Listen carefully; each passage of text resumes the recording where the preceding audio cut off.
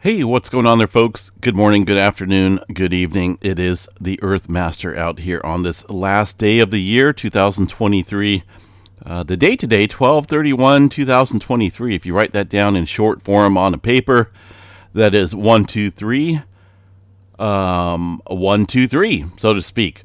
11:17 a.m. here, California time. The latest activity looks like where are we at? Looks like a little bit of movement down here along the Kermadec Trench with a 3.2. And I know there's a green flag out here somewhere. Some movement down in South America as well, 4.2 into the Peru-Chile Trench area. Covering earthquake activity out here in Iceland first. Did see some decent movement overnight here away from the Grindavik area. 3.7 out here along this rift zone. A ways away from the Grindavik area. Total of 51 earthquakes out here in Iceland in the last 12 hours, specifically down here of this area of interest around the Svartsengi area.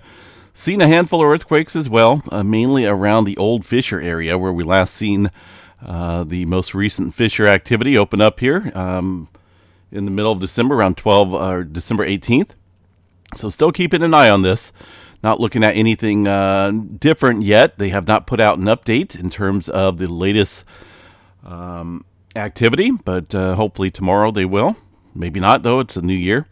Far as the picture out here, live image or video, not a whole lot going on. No visible sign of any type of eruptive activity there across this region of Iceland. And by the way, this website here, livefromiceland.is, has a awesome view. A whole bunch of views, in fact, of the region of Iceland and the cities out there, or towns, villages.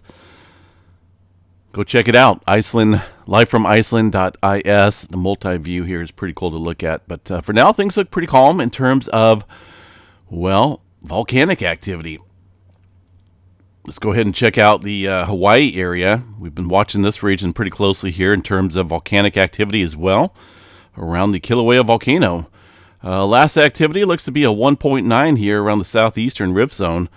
Been watching a swarm of earthquake activity here kick up in the last couple days. Most of it here has been confined across a portion of the southwest rift zone down here. But kind of keeping an eye on it here. Let me check out the latest informational statement here from the USGS. I'm sure they put one out today, hopefully. Doesn't look like it. This one was put out yesterday, so I'm not for sure what's going on. But hopefully they'll get one up here. We'll go check out things ourselves, just see if anything has changed since last night. All this earthquake activity leading up to, no doubt, I'm sure, an eruption eventually. The latest UWE tilt meter station here shows that we're taking a little downturn, deflation going on. Over the last 2 days, we've been steadily going downhill in terms of the deflation event here, but we're still elevated in terms of long-term inflation there across the summit region. So just kind of keep an eye on it. Each of these inflation events have been higher than the previous one, and we can go back the last couple months and see that that holds true. Could be entering into a couple days of deflationary events, as we have seen in the past 30 days or so. And again, go back a couple months here, we can see inflation followed by a couple days of deflation. Maybe entering into that now, but we'll keep an eye on it. As far as webcam activity goes, let's go check it out and see if anything is of a worthy value out here to mention. Looks like a beautiful sunny day out there on Big Island, at least in this area. This was put out today, 8 o'clock, almost 9 o'clock Hawaii time. A little bit of volcanic gases seeping through some of the cracks out there across the lava lake area, but no signs of any visible lava, which is a good thing. This cam right here, I believe, is this was put out 88 degrees, right? Back in, a while ago. So that's not even a good camera to look at. But at least looking at things, from the lava lake view, the crater area, the rim view, so to speak, things are pretty quiet, but obviously active underneath this area, and the southwest, southeast rift zone over there still showing some inflation long-term inflation, and of course all this earthquake activity we've seen here in the last couple days.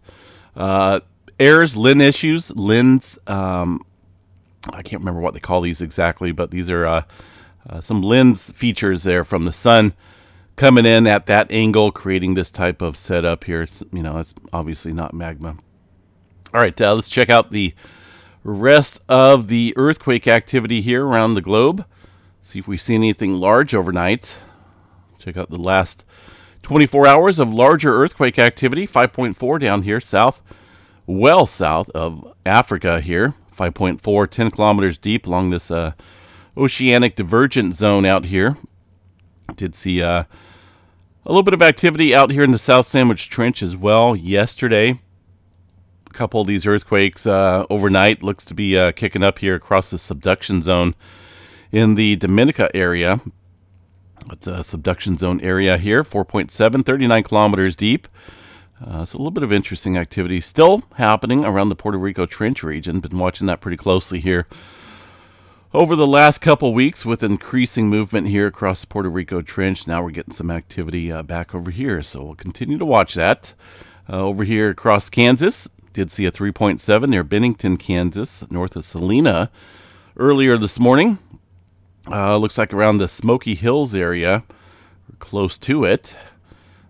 Still seeing movement down into the Texas area, still rocking and rolling out there in the oil fields.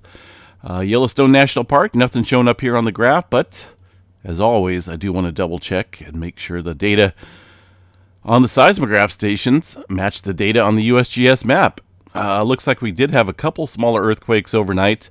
I can see these showing up here. Looks like earlier this morning a handful of smaller quakes there, but nothing big, nothing out of the norm, and those earthquakes are probably well below 2.0 in magnitudes. Through the Pacific Northwest, doesn't look like anything new overnight, just some older activity from yesterday. Reno, Nevada was definitely seeing some movement here yesterday. It looks like after midnight we did see another handful of some swarming going on here. Now that would make a total tally. Let me bring up the tally here of earthquakes. Looks like about 100, that's including this little swarm down here, but specifically around Reno, looks like about 96 earthquakes or so in this swarm area. Kind of interesting here because they have seen some, larger movement out here. In the past, it's been, what was it, about 100 years or so, or more than 100 years since they've seen some larger scale movement out here. So things can kick up out here. And that's probably, not a good thing out here. It is, where we at, north of 80. Either way, a 6-pointer out here would affect a lot of folks. Kind of keeping an eye on that. But for now, the last earthquake was, looks like a little 0.7 earlier this morning, about 3 o'clock my time or so. So things have kind of died off there for now, but continue to keep an eye on it. Southern California, handful of earthquakes out here. Nothing of abnormal activity. In fact, if you look at the broad scale area, only 32 earthquakes out here across the entire region of Southern California, and nothing above 2.5. So just general small microquake activity today. Up into the Alaska region, way up north here around the Brooks Range at 3.2 coming in just within the last hour. And the rest of Alaska here, seen some movement as typical across this area of the Cook Inlet region, but nothing major going on out there. Look at the 2.5 map and above. Most of this activity from yesterday, except for a couple earthquakes here in the last hour. Let's go ahead and back out and see what else we got going on. Deeper movement quakes once again into the Fiji Islands area, into the Tonga Trench here, way down there. Our latest one of 4.6, 500 kilometers deep there into that subduction zone. A look at the earthquake 3D globe here does show some movement. Looks like it's wanting to work its way down into the New Zealand area, at least very close here to North Island. There is a 3.2 coming in. Pretty recent and pretty deep, 210 kilometers deep or so. For that latest earthquake, definitely wanting to head down that way, it looks like. Let me check out the GeoNet server, see if we got anything of interest out here. At least the felt reports, the last one was two days ago for that 2.5. We'll check out the earthquake drum, see if there's anything of any value. Some technical outside interference here. This is not earthquake activity. It's not fracturing of the rocks. This is it looks like a station that needs to have some work done on it. Something going on with the outside interference patterns on that seismograph. But goodness, what's going on out there in New Zealand? Not a whole lot. It's very, very quiet out there on the graphs. Further west, across this plate boundary here, some of it from yesterday, but we did see a handful of earthquakes here around Japan area, East China Sea, seen a 4.9 earlier this morning, and a couple earthquakes scattered out and about this area of the map. The latest one, a 4.6 up here outside of Nepal, around this plate boundary, around the Himalayas. Nothing big going on here for now. Some further movement over into China, though. 5.3 coming in earlier this morning, shaking things up out there. Very shallow earthquake, and looks like that's around some regions there of population. Over here across the Kuro-Kamchatka and the Japan Trench. Majority of these from yesterday. One more earthquake, though, up north off the coast of the Russia area, northern edge of the Kamchatka Trench. 4.4, 74 kilometers deep. So continue to keep an eye on this area. Yes, we did see that 6.5 over here a few days ago, but it's very capable of producing some much bigger earthquakes there. It's been a little while since we've seen a larger scale movement out in that region. There's that earthquake up in Iceland. Doesn't look like it's affected anything around the Grindavik area, as we checked earlier in this video, but keep an eye on it. Definitely seen a little bit of a movement kicking up out there today. Across the Mediterranean, a handful of earthquakes, including a 3.6 being reported here by the USGS. Off the coast here of the Cyprus region into this little basin. Pretty shallow earthquake. Well, at least a defaulted depth there of about 10 kilometers. Rest of the area. Turkey seeing some movement as well. Looks like, yeah, that's on the Turkey side. 4.5 and a 4.4 so far today. Yeah, a little bit of movement going on up here. Across the Bosnia area, that was coming in, looks like yesterday for that 4.7. So let's see what else we got out here. Anything of abnormal activity? Doesn't look like it. Definitely keep an eye on this South Sandwich Trench area. That's been showing quite a bit of movement and getting some back building or some further earthquake activity away from this plate boundary down here. It may start to show some further movement. The South Sandwich Trench definitely has seen a handful of earthquakes here in the last 30 days. There's the last 30 days of, it's going to be 4.5 and above, I believe, here from the USGS map. So it's, we're looking at 18 earthquakes. That's a pretty good amount. It's scattered all about out here, mostly on the southern edge. But we'll keep an eye on that. Does see some movement here on occasion, so we'll watch that zone. Let's see what else we got. Anything? One little earthquake out here in the Quebrada. Is that right? Fracture zone. 4.6 from yesterday. It looks like. Let's check out the space weather as we end this year. Goodness, I can't believe it. It looks like, whoa, look at this out here on the eastern limb. We've seen that sunspot yesterday on one of the maps when we did the update, just barely visible. But that is currently flaring right now. That's going to be this active region here. A little bit better view of it today. And it's coming in with a bang, so to speak. It's currently flaring up in the M-flare category right now as we speak, in M1.0 it looks like for the peak so far. Definitely getting an uptick since last night, it looks like, now that that sunspot region is facing the Earth. That is pretty active. We're going to have to watch this fairly closely here. The majority of these other sunspots, though, that are currently in the Earth-facing side are, well, they're pretty much done. There's not a whole lot of hope for them left. They're decaying and diminishing as we speak, but this area here is of noteworthy value and one of our more interesting ones here in quite a while. So we'll continue to watch that. It is not named yet, but I'm sure it will pick up a name very soon.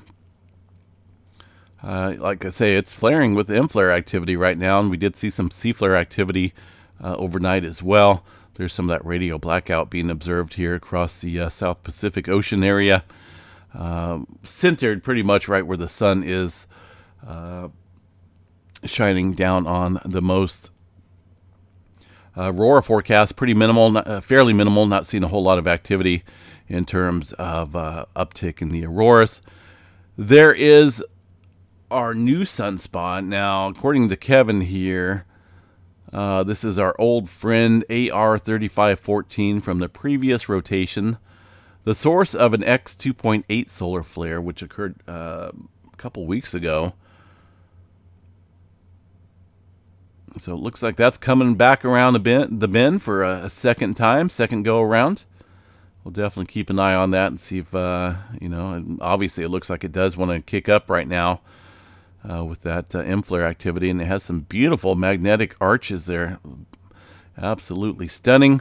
And we'll keep an eye on that. Looks like some type of prominence eruption down here. Southern edge of the sun, southern hemisphere of the sun. It doesn't look to be Earth directed though.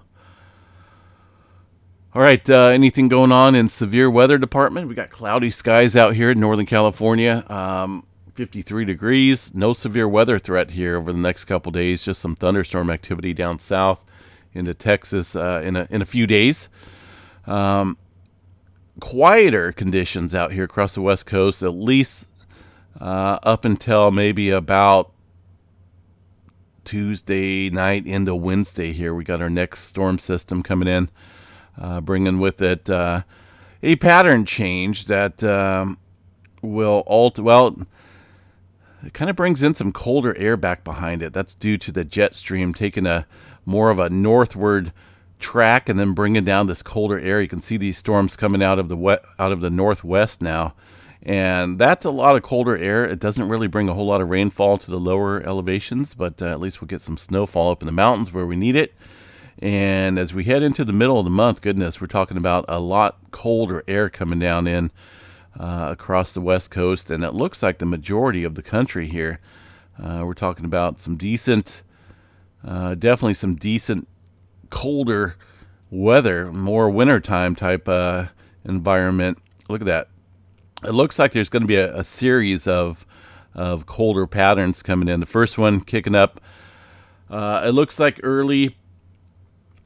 Let's see, as we head into, not this coming week here, but around the 7th or so, got that colder air coming down out of the north. Look at that, Nebraska, South Dakota area, going to get some cold environment up there for sure. And like I say, it looks to be the pattern here for a majority, at least the first half of January. A lot of colder air coming down from the north, and that, of course, is due to the pattern, the jet stream out there in the Pacific, altering what goes on across the 48. Let me show you guys here real quick. Jet stream pattern, right? This goes back to the 28th. We're about right here. We've been having these storm systems come in through this massive Pacific jet aimed at California. A couple dips in it, but it's been holding pretty steady. Even though it's been a little wavy, it's been shooting some storm systems here to California. Well, that's going to get altered here by this darn high pressure system, and that's going to actually kind of split the jet stream here, one going north, one going south. We're going to be affected by the one up north. Notice that jet stream going up and then down. That's going to pull a lot of colder air down from the north, hitting the West Coast and the rest of the states here as we head into the middle of January or so. I'm hoping that this doesn't stay like this, because that normally, obviously will affect the majority of the country out here, but it doesn't bring those strong systems out here to the West Coast like we've been seeing in December. And January is supposed to be one of our wetter months, so we'll keep an eye on it. Either way, shake things up out here a little bit in terms of colder air moving into the lower 48 and who knows what as we head into the January time period. Goodness. So We will catch you guys back out here a little bit later on this evening. Not for sure if I'm going to stay up all the way to midnight and do the whole countdown thing. I've done it in the past, but each year it's like, I don't know. I don't know if I want to do that. But we'll see. I'll probably be woken up anyway by fireworks and whatnot, so I may just stay up and then, after all the fun's done, then I'll go to bed. But yeah, I'll probably stay awake. We'll see. Either way, I will be back here prior to that for an update later on this evening. Sunday, Monday. Tomorrow's New Year's Day. A lot of stuff closed still, so if you got the day off, good deal. All seismograph stations right now look pretty calm, pretty quiet. Not seeing too much earthquake activity out there on them, but we'll continue to watch it. Just best be prepared out here for anything, no matter where you're at. Enjoy the last day here of 2023. We'll catch you guys back out here a little bit later tonight, folks. Have a good one.